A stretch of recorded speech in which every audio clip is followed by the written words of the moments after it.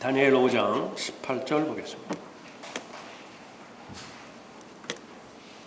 오 왕이여, 지극히 높으신 하나님께서 왕에 붙인 느부갓네살께 한 왕과 위엄과 영광과 영예를 주셨으며 그분께서 그에게 주신 그 위업에 모든 백성과 민족과 언어들이 그의 앞에서 떨고 두려워하였으며 그가 죽이고 싶으면 죽이고 살리고 싶으면 살리며 그가 높이고 싶으면 높이고 낮추고 싶으면 낮추었는데 그의 마음이 높아지고 그의 생각이 교만으로 완고하여지므로 그가 그의 왕좌에서 폐위되고 그의 영광을 빼앗겼으며 사람들의 아들들로부터 쫓겨나서 그의 마음이 짐승들과 같이 되고 그의 처소는 들나귀와 함께 있으며 사람들이 그를 소처럼 풀로 먹이고 그의 몸이 하늘의 이슬로 젖었으니 이는 그가 지극히 높이신 하나님께서 인간들의 왕국을 치리하시고 그분께서 원하시는 사람은 누구든지 그 위에 지명하시는 것을 아할 때까지 였나이다.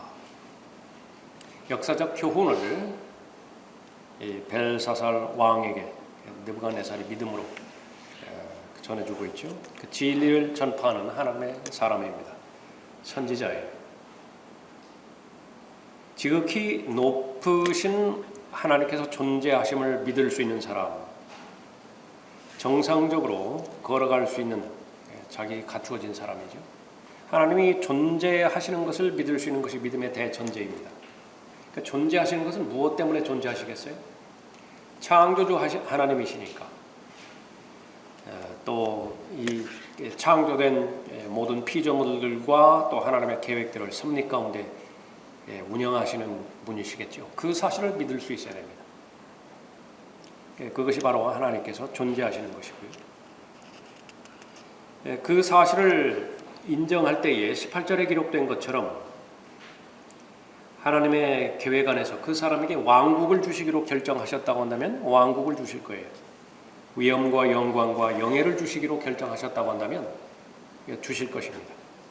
그 부분을 똑같은 상황과 처지에 놓여 있는 벨사살에게 다시 한번 주지시키는 것이죠.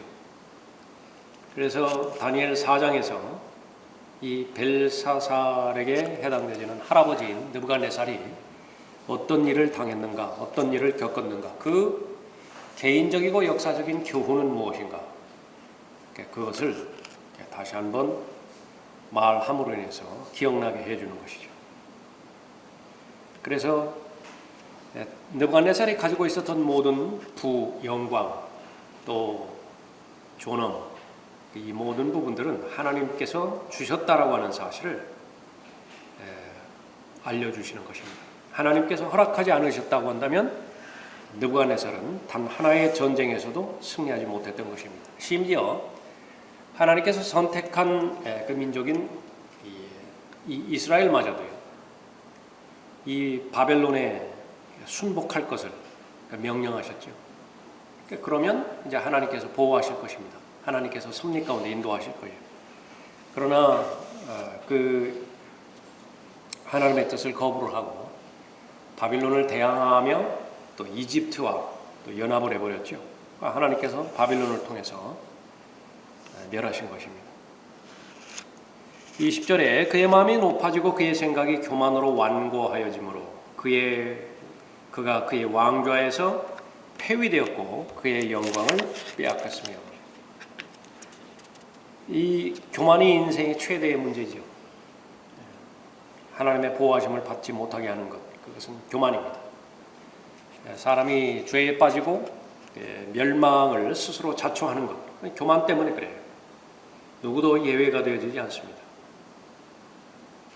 21절에 사람들의 아들들로부터 쫓겨나서 그의 마음이 짐승들과 같이 되고 그의 처소는 들나귀와 함께 있으며 사람들이 그를 소처럼 풀로 먹이고 그의 몸이 하늘의 이슬로 젖었으니 이는 그가 지극히 높으신 하나님께서 인간들의 왕국을 치리하시고 그분께서 원하시는 사람은 누구든지 그 위에 지명하시는 것을 아할 때까지 였나이다. 하나님의 시간과 사람의 시간은 이 부분에 있어서 가장 큰 차이가 있습니다. 회개에 합당한 열매를 맺어야 그 다음에 하나님께서는 하나님의 말씀으로 인한 그 열매를 맺어주시는 것이죠. 그런데 회개에 합당한 열매를 기다리는 시간이 6개월이 지나도 1년이 지나도 맺혀지지가 않아요. 그런데 사람은 오판하게 되는 것입니다. 물리적인 시간이 많이 지났으니까 하나님께서는 덮어주시겠지. 하나님께는 시간이 없어요. 시간은 아무 관계가 없습니다. 시간 위에 계신 분이 바로 하나님이시죠. 그러니까 그때까지만 계속 기다리시는 것입니다. 느부갓네살도 그렇고 이제 벨사살에게도 이런 말씀을 주신 것은 그런 기회를 한번 주시는 것이겠죠. 영적으로 이 교훈을 받을 수 있는 모든 그리스도인 역시 마찬가지입니다. 그리스도인은 부지런해야 되는데 청소하는데 부지런해야 됩니다. 정결하게 하는데 부지런해야 됩니다. 무엇보다도 가장 치열한 영적 전쟁이 벌어지는 마음, 거기서 온갖 쓰레기들이 쌓이게 되고요, 처리하지 않은 오물들, 그것들이 쌓이게 되어지는 것인데, 그래서 저 가장 깊은 곳에서는 이제 막 악취가 풍기고 도저히 처리하기 불가능한 그런 지경에까지 다다르는데, 어제 그 예배에 참석해서 회개했다고, 헌신했다고, 그래서 마치 그 부분들이 다 자동적으로 없어진 것처럼 그렇게 보여지는 것인데요. 그것은 자신의 마음을 그렇게 달랠지는 모르지만은 하나님과는 전혀 무관한 것입니다. 그 사람은 그 이후로부터는 계속 감정으로만 살아가게 되어 있어요. 자신의 감정으로만 살아가게 되는 것입니다. 22절에 그의 아들이신 오 벨사살이여, 왕은 이 모든 것을 알면서도 왕의 마음을 낮추지 아니하고, 그 죄의 본질이죠. 모르고서 행하는 것은 다 덮어주세요. 모르고서 짓는 죄, 그것은 성경적 의미에서 죄가 아니에요. 어린아이들이 무슨 죄를 지었다, 선과 악에 대한 분별 없이 죄를 지은 것, 무슨 뇌성마비자가 죄를 지었다, 객관적인 입장에서 그것은 하나님께서는 죄로 인정하지 않으십니다. 그러나 죄로 인정할 때가 있죠. 선과 악에 대한 기준을 알 때가 있습니다. 그때서부터는 이제 그 죄에 대해서 본인이 책임을 져야 돼요. 본인에게 책임을 묻는 것입니다. 그러면 그 책임을 어떻게 묻는 것인가? 이미 예수 그리스도의 보혈로 다 해결해 주셨죠. 그러니까 예수 그리스도를 믿고 신뢰하고 보혈을 의지하면 다 해결되는 것입니다. 그러나 그 사실을 알면서도 계속해서 자신이 행하던 그 길을 걸어간다. 그것은 반드시 하나님께서 책임을 물으시는 것입니다. 왕은 이 모든 것을 알면서도 왕의 마음을 낮추지 아니하고, 무엇을 알았죠? 할아버지가 왜 짐승처럼 살았는가? 그것을 알고 있었던 것입니다. 또 무엇을 알았어요? 사드락과 메삭과 아벳느고가 불타는 용광로 속에 던져졌는데 왜 아무런 상처도 입지 않고 용광로로부터 구출되었는가? 이미 익히 잘 알고 있었던 것이죠. 그래서 다니엘 3장과 다니엘 4장에서 하나님께서 행하셨던 모든 일들을 다 잘 알고 있었습니다. 그런데 그 하나님은 히브리인들만 상대하시는 하나님이 아니라 온 세상 민족들을 다 관여하고 주관하시는 하나님이신 것을 또 알 수 있었던 것이죠. 그것을 모두 알고 있으면서도 왕의 마음을 낮추지 아니하였다, 그렇게 말하는 것입니다. 더 한층 이제 더 가정스럽게 이 하나님의 성전에서 가져온 기명들을 가져오게 해서 우상을 높임으로 인해서 술잔치를 벌이고 있죠. 그거보다 더 더럽히는 일이 어디 있습니까? 이것은 아주 작정을 한 것이에요. 하나님을 거부하기로 아주 작정을 한 것입니다. 처음에 사람의 양심이 그 기능을 유지하고 있기 때문에요. 타락한 인간이라 하더라도. 그래서 잘못된 것을 먼저 시도할 때는 양심이 강한 경고를 내리는 것입니다. 청소년들이 처음에 그 담배를 할 때에는요, 그냥 자연스럽게 담배하는 거 아닙니다. 술 한 잔을 입에 댈 때도 역시 마찬가지예요. 무언가 아주 강력하게 경고를 하는 거예요. 그 잘못된 것이라고. 그런데 의지적으로 그것을 덮어 누르는 거예요. 교육의 힘입니다. 교육시키는 거예요. 내 나이 정도 되면 이제 해도 된다. 뭐 간음에 대해서, 음행에 대해서도 역시 마찬가지고요.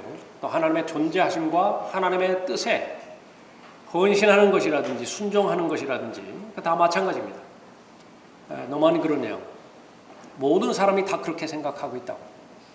모든 사람들이 다 내가 생각하고 있는 그 타협안을 정상적인 것으로 생각하고 있다고. 스스로 교육시키는 거예요. 그래서 그 양심의 기능을 무산시키는 것이죠. 그래서 이 하나님께서는 거룩하신 분이고 하나님께서는 반드시 심판하신다라고 하는 사실을 알고 있으면서도 불구하고 고의적으로 거부하는 것입니다. 그래서 이 시대에 더 말할 것도 없이 하나님을 아주 적극적으로 공격하고 또 하나님을 모독하고 또 예수 그리스도 이름을 짓밟고 그렇게 하는 것이죠. 그러니까 그것은 바로 그러한 맥락에서 연결되는 것입니다. 다른 이방 신전들에서도 가지고 있는 많은 기명들이 있었겠지만은 유달리 이 유대인의 성전에서 가져온 기명들을 이 술판에 동원한 것, 그것은 벨사살이 아주 작심을 했다라고 하는 것을 입증하는 것입니다.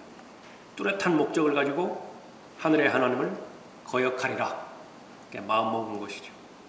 그것이 바로 죄에 대한 본질입니다.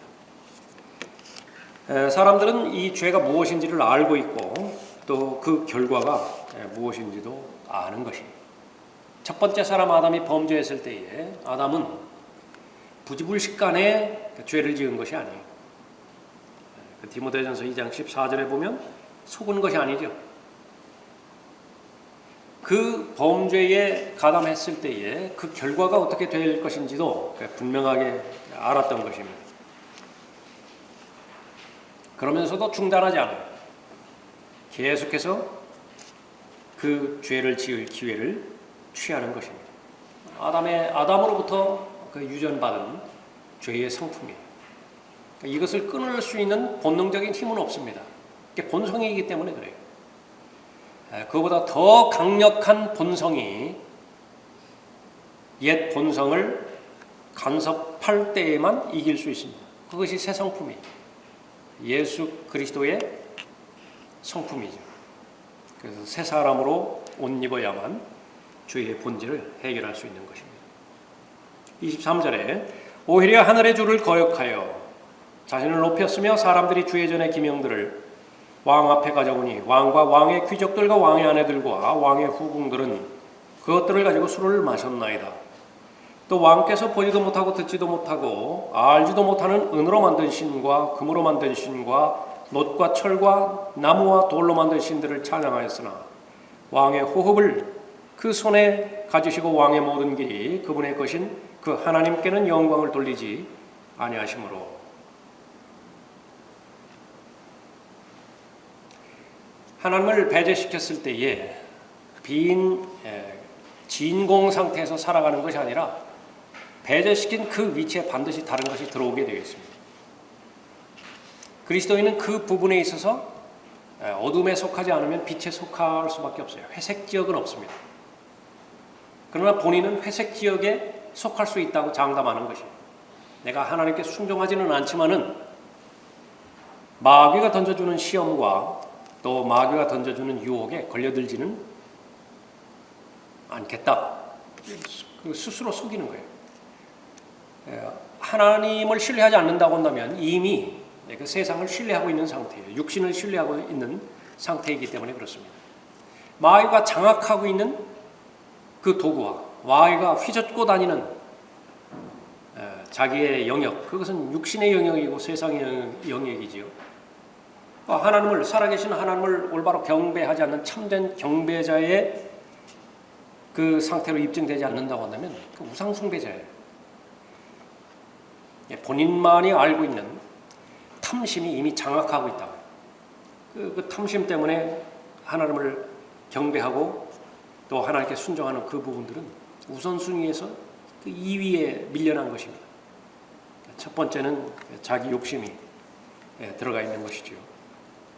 하나님을 경배하지 않았을 때에 본문에 나와 있는 것처럼 금, 은, 노, 철, 나무, 돌 이런 것들을 숭배하는 것입니다.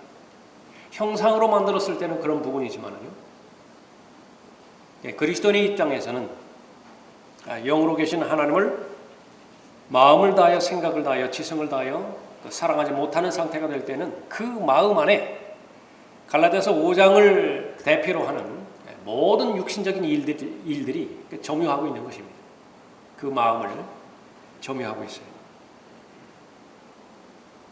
그래서 이 보지도 못하고 듣지도 못하고 알지도 못하는 이 우상을 숭배하는 것이죠. 그러니까 얼마나 어리석어요. 죽은 대상인데 그냥 물질이에요. 아무 의미도 없다고요. 그런데 그 물질을, 그 형상들에게 의미를 부여해서 그 부여된 의미가 자신을 돌봐줄 것이라고 그렇게까지 오판하고 있는 것이죠. 그런데 이 부분은 그 옛날 사람들만 그렇게 된 것이 아닙니다. 탐심의 그 본질도 마찬가지예요. 탐심의 본질이라고 하는 것은 육신의 정욕과 안목의 정욕과 생의 자랑으로 이루어졌겠죠. 모두가 다 눈에 보이는 것들이고 손에 잡히는 것들이에요. 시간과 공간 안에 종속을 받는 것들입니다. 그것들은 다 없어져 버릴 것들이에요. 알고 있다고요. 모르는 것이 아니에요. 알고 있으면서도 불구하고 돈을 하나님보다 더 사랑하는 것입니다. 자신의 사회적 지위를 하나님께서 열매로 허락해 주시는 그리스도의 간증보다 더 우위해 주는 거예요. 그래서 하나님을 위해서 세상에서 따돌림 받는 것을 두려워하고 가장 견딜 수 없는 것은 세상 사람들로부터 본인이 어리석다고 그렇게 평가받는 것을 제일 무서워하는 것입니다. 그 두려움과 무서움 때문에 예수 그리스도를 영접하지 못하게 만드는 것이고요. 그 두려움과 무서움 때문에 옆에 있는 직장 동료에게 내가 그리스도인이라고 말하지 못하는 거예요.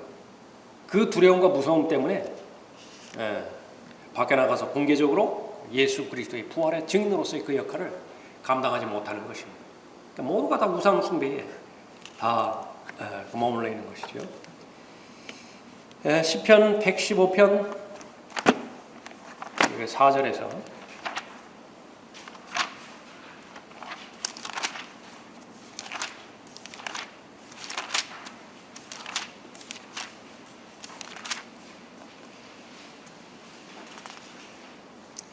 그들의 우상들은 은과 금이며 사람의 수공물이라. 사람의 수공물이라 뭐죠? 숲에 가서 나무 하나 베어오죠. 자기 성향이 있습니다. 내가 부처의 얼굴을 만들겠다. 뭐 다양할 거 아니겠어요? 그러니까 누운 모습으로 만들겠다. 앉아 있는 모습으로 만들겠다. 뭐 앞면을 만들겠다. 옆면을 만들겠다. 근데 그 재료를 보시면 나무라고요. 돌이라고요. 그 나무의 일부를 취해서 자신을 따뜻하게 할 연료로 쓰기도 하고 또 물을 끓일 수 있는 연료로 쓰기도 하고 그 일부는 똑같은 나무의 일부는 그렇게 또 우상을 만들어서 단 위에 놓고 그 앞에 절하는 것이에요. 그것이 사람의 수공물이라고 말하고 있습니다. 그들의 우상들은 은과 금이며 사람의 수공물이라. 그것들은 입이 있어도 말하지 못하며 눈이 있어도 보지 못하고 귀가 있어도 듣지 못하며 코가 있어도 냄새 맡지 못하고 손이 있어도 만지지 못하며 발이 있어도 걷지 못하고 목구멍을 통하여 말하지도 못하는도다. 그것들을 만드는 자들은 그것들과 같으며 그것들을 신뢰하는 모든 자들도 그러하도다. 이런 부분에 있어서는요, 짐승보다도 못해요. 짐승은 이런 짓은 안 해요. 멸망하는 짐승은 이런 짓은 안 한다. 그러니까 사람은 바로 벌레 맛도 못하다라고 하는 그 부분이 사람들이 자랑하고 있는 지성적인 부분에 있어서 그런 것입니다. 얼마나 어리석은 짓들을 많이 행하고 있습니까? 135편 15절에서도 이방의 우상들은 은과 금이며 사람의 수공물이라. 그것들은 입이 있어도 말하지 못하며 눈이 있어도 보지 못하고 귀가 있어도 듣지 못하며 그들의 입에는 아무런 호흡도 없도다. 그것들을 만드는 자들은 그것들과 같으며 그것들을 신뢰하는 모든 자들도 그러하도다. 그런데 이것이 그냥 제3자적인 사람들의 상태를 말하는 것이 아니라 그 다음 절에 이스라엘아 부르는 거예요. 하나님을 섬기고 하나님을 믿는다라고 고백하는 사람들도 마음의 본질을 살펴보면 그런 것입니다. 얼마만큼 어리석은 것인가. 계속해서 이사야 37장이라든지 46장이라든지 또 신약에서는 고린도전서 8장 4절이라든지 다 동일하게 강조하고 있는 것입니다. 사람들이 먹는 음식을 우상으로 섬기기도 하고요. 또 언젠가는 없어져 버리고 도둑 맞을 가능성이 있는 모든 물질을 또 우상으로 섬기기도 합니다. 자, 그러나 그리스도인이 섬기고 있는 하나님은 그리스도인의 호흡을 손 안에 가지고 계시죠. 그 호흡에 관련돼서 언급하고 있습니다. 왕의 호흡을 그 손에 가지시고, 욥기 12장 10절에서도 동일한 내용을 말씀하고 있습니다. 이사야 42장 5절에서 하늘들을 창조하시고 그것들을 펼치셨으며 땅을 펴셨고 거기에서 소산을 내시고 그 위에 있는 백성들에게 호흡을 주시며 그 안에 다니는 자들에게 영을 주신 분, 바로 하나님이십니다. 흙으로 사람을 만드시고 거기다가 입기물을 호흡을 불어넣으셨죠. 생명의 시작입니다. 하나님의 영이 들어왔죠. 이제 죽으면 어떻게 되죠? 전도서에도 계속 반복적으로 언급하는 것처럼 주셨던 분에게로 돌아가는 것입니다. 그러면 인생은 끝나는 것입니다. 그런데 그 모든 주관을 주신 분도 하나님이시죠. 가져가시는 분도 하나님이시라고. 그건 물질에만 국한된 것이 아닙니다. 호흡도 역시 마찬가지예요. 호흡을 주신 분은 하나님이시고 호흡을 걷어가시는 분은 바로 하나님이시죠. 한 사람도 예외 없이 모두가 다 이 하나님의 역사하심을 잘 믿을 수 있어야 됩니다. 사도행전 17장 25절에서도 하나님께서는 만민에게 생명과 호흡과 만물을 주시는 분이라 언급하고 있습니다. 그래서 사도행전 17장 29절에서 하나님은 사람들이 만든 우상과는 전혀 다른 분이시다. 그래서 오늘 밤 내 혼을 앗아가리니 그렇게 말씀하셨을 때요. 어떤 사람에게 그렇게 말씀하신다. 거기는 손가락 하나 까딱하실 필요도 없어요. 그분이 바로 하나님이십니다.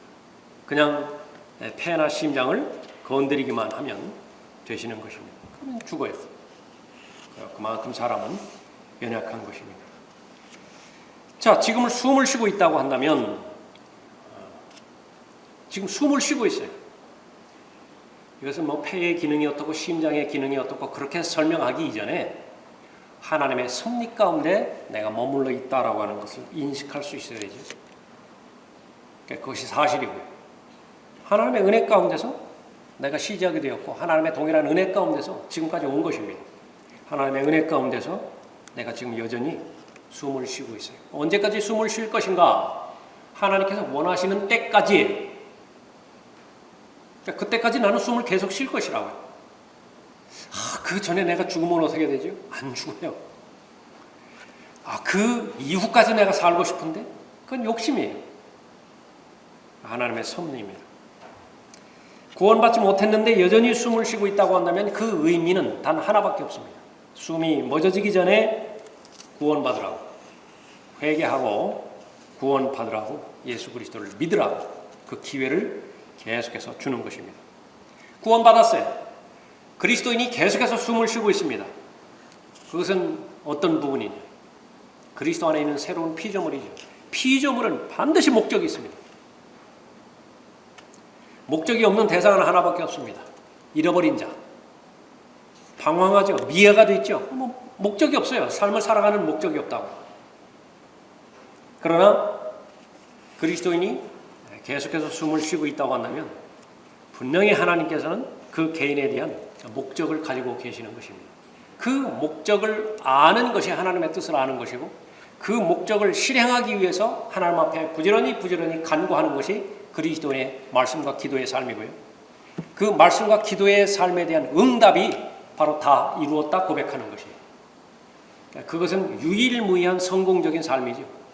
인생에 대한 성공, 그거 외에는 없어요. 그러니까 만약에 그리스도인이 여전히 숨을 쉬고 있는 상태에서도 계속해서 하나님의 뜻과 하나님의 목적은 거의 관심이 없고 그냥 현실에 급급해가지고 바로 눈앞에 있는 것들에 전념해서 하루하루 그렇게 살아가고 있다고 한다면요, 마치 그것은 끝도 없는 사막을 그냥 계속해서 사막을 걷는 것과 똑같아요. 매일 반복이 돼요. 뭐 변화도 없어요. 계속 보이는 것이 사막뿐이라고.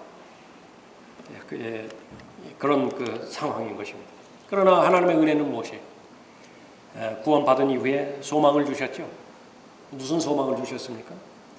구원으로 부르신 그분께서는요, 구원받았다라고 하는 하나님의 부르심이 얼마나 귀한 것인지 알게 해주시는 것을 시작으로 해서 이제 바로 하루하루 살아가는 데 있어서 모든 하나님을 섬기고 또 하나님과 동행하는 그 모든 부분들이 다가오는 세상과 직접적으로 연결되어졌다라고 하는 사실을 잘 아는 것이죠. 그래서 하나님 앞에 감사드리는 것, 하나님을 찬양하고 하나님 앞에 경배드리고 하나님을 높여드리는 모든 일들은 이 지상에 있는 동안에는 성령의 열매로 응답을 받지만은요, 거기서 그치는 것이 아니라 반드시 다가오는 세상에서 상과 유업과 보상으로 하나님께서 약속하고 계시는 것입니다. 그래서 숨을 얼마만큼 오래 쉴 것이냐, 그것은 별로 중요한 것이 아니에요.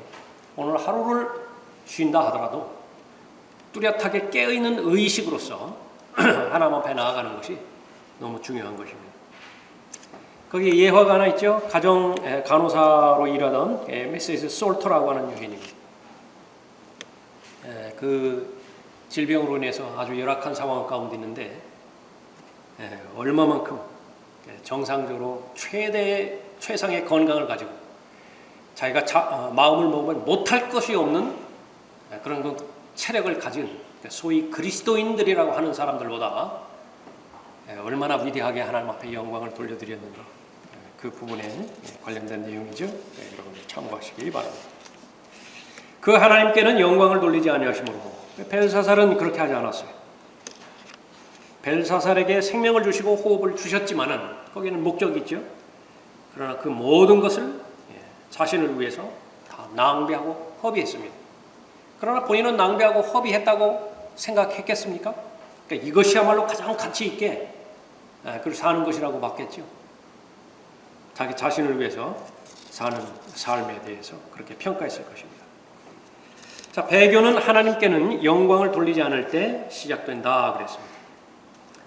로마서 1장 21절에서 이는 하나님을 알되 하나님께 합당한 영광을 돌리지 아니하고 감사치도 아니하며 도리어 그들의 상상들이 허망하여지고 그들의 어리석은 마음이 어두워졌기 때문이니, 합당한 영광을 돌리지 않는다는 말과 감사치 아니한다라고 하는 말은 맥을 같이 하죠.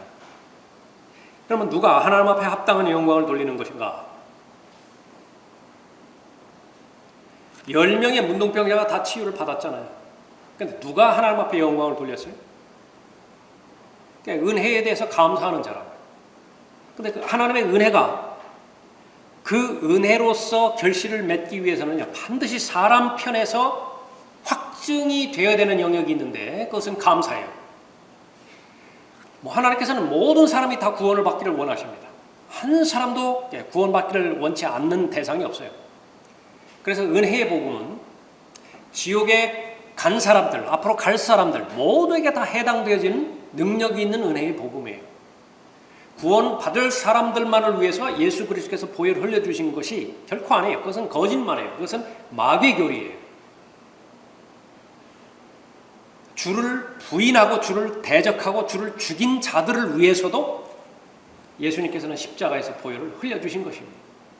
그런데 누구는 구원받고 누구는 구원받지 못하는 것인가? 감사하는 자는 구원을 받아요. 그런데 감사치 아니하는 자는 구원받지 못하는 것입니다. 그러니까 내가 예수 그리스도를 영접했다, 믿음으로 고백했다, 그것은 다른 말로 하면 감사했다 그 말이에요. 그러나 얼마만큼 와는 무관하게 종교적인 의식으로서, 다른 엉뚱한 동기로서 심지어 예수 그리스도를 영접하기도 합니까? 그러니까 그것을 본인이 확인을 해야 돼요. 그런데 그것이 내가 마음으로 믿고 동시에 입으로 고백했다라고 하는 것을 입증하는 것은 무엇이냐? 그것은 그리스도인의 이후의 삶, 구원받은 이후의 삶에 대한 감사의 태도를 보면 아는 거예요.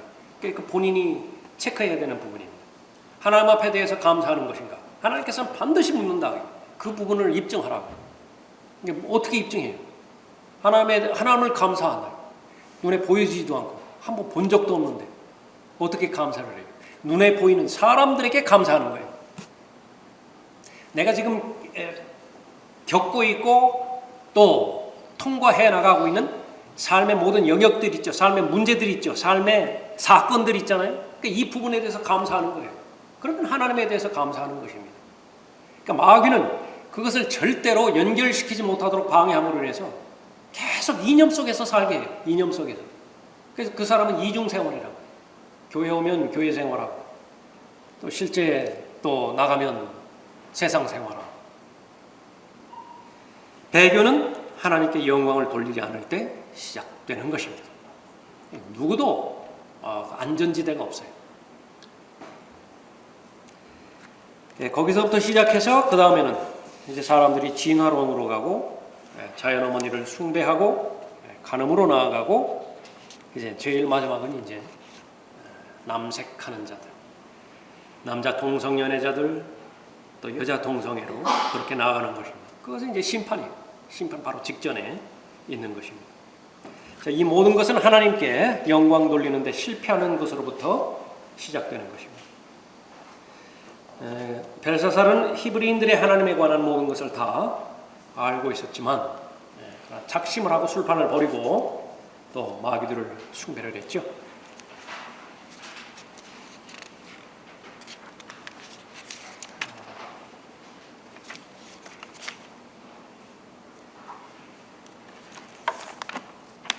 (24절) 보십시오.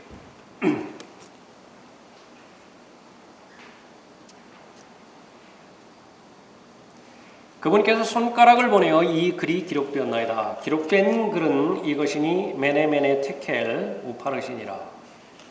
그것의 해석은 이러하니 메네는 하나님께서 그의 왕의 왕국을 헤아려서 그것을 끝내셨다 하며 테켈은 왕을 저울에 달았더니 부족함이 나타났다 하며 페레스는 왕의 왕국이 나뉘어서 메대인들과 페르시아인들에게 주어진다 함이니이다 하더라.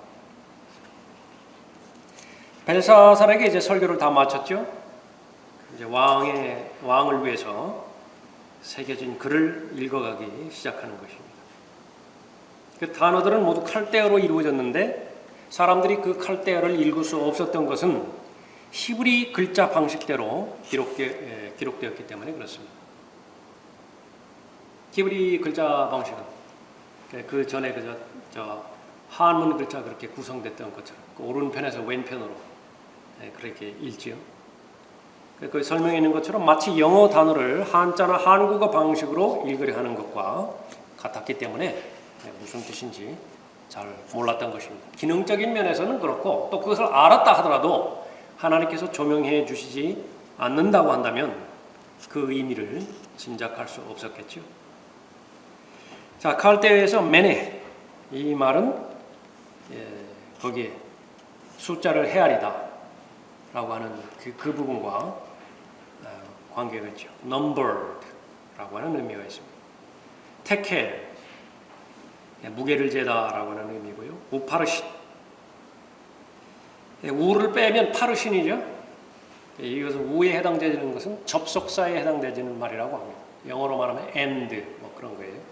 그것을 제하면 파르신이니까 이것은 페르스 그 페르시아에 가까운 말이죠. 그래서 그 의미를 보면 이제 그 본문에 있는 것처럼 바로 그 부분입니다.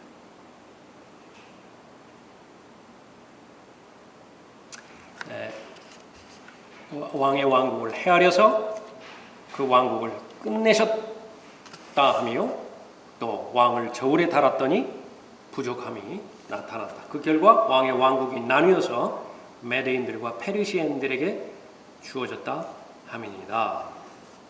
29절에 그러자 벨사살에 명하였으니 그들이 다니엘에게 주홍색으로 옷 입히고 목에 금목걸이로 걸어주며 그에 관하여 선포하기를 그가 왕국의 셋째 치리자가 되어야 한다고 하였더라. 그날 밤 칼데아인들의 왕 벨사살이 죽임을 당하고 메디아인 다리오가 그 왕국을 취하니 약 62세였더라. 셋째 치리자가 된다고 약속을 했었죠. 흡족했습니다. 그 설명에 대해서 아주 흡족했다. 문제는 적용을 해야 되는데 이렇게 해석하고 지식을 얻는 것은 적용하기 위함 아니겠어요? 제일 중요한 적용을 안 해요. 벨사살이 아주 대표적인 사람입니다. 다 이해하고 다 설득이 되어졌고 다 설명이 되어졌음에도 불구하고 자신에게는 적용을 안 해요. 다니엘에게는 다 약속한 대로 행해주는 것입니다. 그리스도인에게 마찬가지죠. 효과적으로 역사해야 돼요. 하나님의 말씀이 효과적으로 역사해야 돼요. 그것은 적용이에요. 적용의 제일 마지막 단계가 무엇이죠? 씨 뿌리는 자의 비유에서 보면 인내입니다. 인내. 어떤 사람은 말씀을 아주 흥겹게 들었어요. 아주 너무 흡족해요. 그 말씀. 문 나서는 동안에 다 잃어버려요. 어떤 사람은 재물 때문에, 세상의 부 때문에, 세상에서 자신의 그 지위를 유지하는 것 때문에 말씀과 충돌이 되지요. 타협해버려요. 열매를 맺지 못해요. 그러나 마지막에 자신에게 적용하는 사람, 그것은 결정하는 사람이고 결단하는 사람인데 거기에는 반드시 인내가 필요했습니다. 하나님의 은혜는 그렇게 시작이 돼서 그렇게 끝을 맺어요. 하나님의 은혜는 우선 하나님의 말씀을 들려주지요. 하나님의 말씀을 들을 수 있는 기회를 주시잖아요. 그러니까 내가 원해서 그 자리에 가는 것 아니에요. 내가 원해서 성경을 열었다 그거 아닙니다. 몇 번 우리가 살펴봤던 것처럼 내가 성경을 읽기 전에 성경이 먼저 나를 읽는다라고 하는 명제는요, 참 중에서도 참이에요. 내 마음의 자세와 태도가 하나님의 말씀을 받아들일 자세가 있는 것인가? 그러면 성경은 문을 닫아버려요. 아무리 읽어보라고요. 그냥 옛날에 봤던 말, 그 이사야 39장에 있었던 말, 그냥 스쳐 지나가는 거예요. 아무런 감흥도 없어요. 그러나 거기서부터 시작했다고 한다면 하나님께서 이해해 주시지, 이해시켜 주신다. 그 다음 깨닫게 해주시고 확신까지도 주시는 거예요. 그 다음에는 이제 인내로서 열매를 잘 맺게 해 주시는 것입니다. 벨사살 자신은 다니엘이 자신에 관하여 한 말에 대해서는 어떤 것도 하지 않았다. 이게 머리로만 이해하는 거예요. 마음까지 내려가지 않았습니다. 반드시 마음까지 내려가야 돼요. 벨사살이 어떻게 요새화된 바빌론 같은 성이 그렇게 빨리 침략당할 수 있겠는가 이해할 수 없었기 때문이다. 아무리 전지전능하신 하나님이라 하더라도 어떻게 느부갓네살이 세운 또 지금까지 자신의 벨사살 당대에까지 내려온 이 바벨론 성이 그렇게 무너질 수 있다라고 하는 말인가? 다른 것은 다 가능해도 그것만큼은 불가능한 것이. 그러니까 거기에 자신감이 있었던 것입니다. 아무리 많은 장례식을 돌아다녀도 나는 안 죽을 것 같다고요. 나는 안 죽을 것 같아요. 왜냐하면 그런 경험이 없어요. 죽은 경험이 없기 때문에 그렇게 확신하는 것입니다. 그 바빌론 성읍에 대한 클레나스 라킨의 설명이 거기 나와 있죠. 그럼 이만큼 아주 대단했던 그런 성읍입니다. 벨사살이 그 성벽과 탑들 뒤에 숨어 있을 때 콜에서는 그 성읍이 난공불락의 요새였음에도 불구하고 그 성읍을 차지할 계획을 세우고 있었다 그랬습니다. 유프라테스 강의 그 물줄기를 돌릴 참호를 팠고요. 그 설명에도 보면은 정방향으로 그 성이 있으면 이것을 대각선으로 이 유프라테스 강이 가로질러 가고 있다고. 그러니까 도성 한가운데 강이 있는 것이에요. 풍부한 물이 있습니다. 풍부한 물이 있어요. 그 수로를 바꾸어서 공격에 성공했는데 그 배경에는 바로 코레스 뒤에도 하나님께서 계셨고 벨사살 뒤에도 하나님께서 계셨던 것이에요. 코레스의 이름을 태어나기 전에 기록해 놓으신 분이시죠. 바벨론이 몇 년간 지속될 것인가를 정확한 숫자로 기록해 놓으신 분이에요. 몇 년이에요? 70년이라고. 그것은 이스라엘과 관련돼서도 70년이지만 바벨론 자체로도 70년밖에 더 유지가 안 돼요. 그래서 금의 역사, 금에서 은으로 이어가는 역사를 이미 에레미야 25장 12절에서 하나님의 말씀을 통해서 기록해 놓고 있는 것입니다. 자, 다니엘 5장을 통해서 얻을 수 있는 교훈 그 6가지 또 나와 있죠. 자, 읽어보시고 5장 마치겠습니다.